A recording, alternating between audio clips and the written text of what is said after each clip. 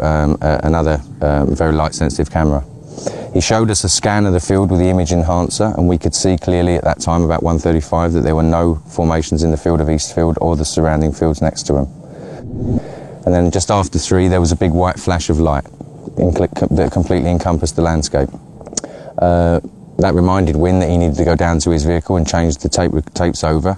So he went down to the vehicle, changed the tapes and came back. And then just as some light creeped in, just as some clouds must have moved away, there was a very imperceptible shadow that we could see on Eastfield.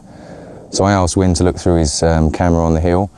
He opened the viewfinder and looked through it and then said to us, "You better get up and look at this." And it was at that point, which was about 3:45 in the morning, that we discovered there was a very significant formation in Eastfield. On later analysis of the footage that was taken in the car, there were two cameras running constantly all night from about 11 o'clock until 5 o'clock. So it completely covers the field. If any light would have been in that field, it would have been detected. And we've got cars and vehicles driving past at various times that are all logged, and the times of them are logged. So we know that the tapes are running for that period of time. There's about 16 hours of footage in total.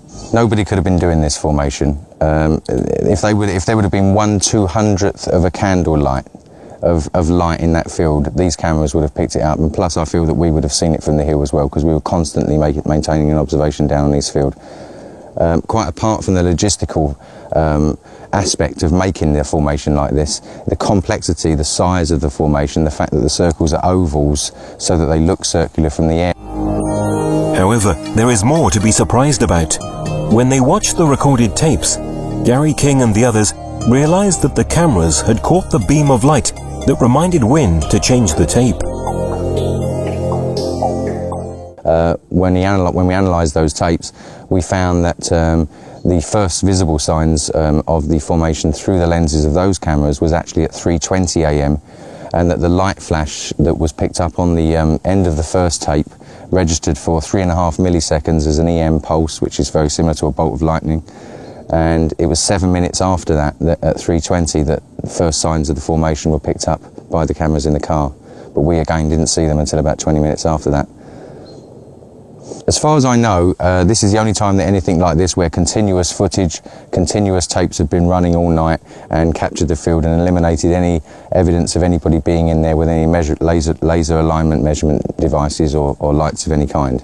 As far as I know, this is the best footage and most comprehensive footage available of when a crop circle takes. A crop circle appeared in the space of one night. An incredible event caught by Winston Keach's cameras and witnessed by Gary King and Paula. Finally, this is the definite proof that crop circles have an alien origin. What happened in Eastfield on July the 7th, 2007 is bound to be remembered as one of the most significant events since the beginning of the phenomenon in the 70s. Too often, the most spectacular formations have appeared over one single night, maybe even in bad weather, such as the famous one of Milk Hill in 2001. The greatest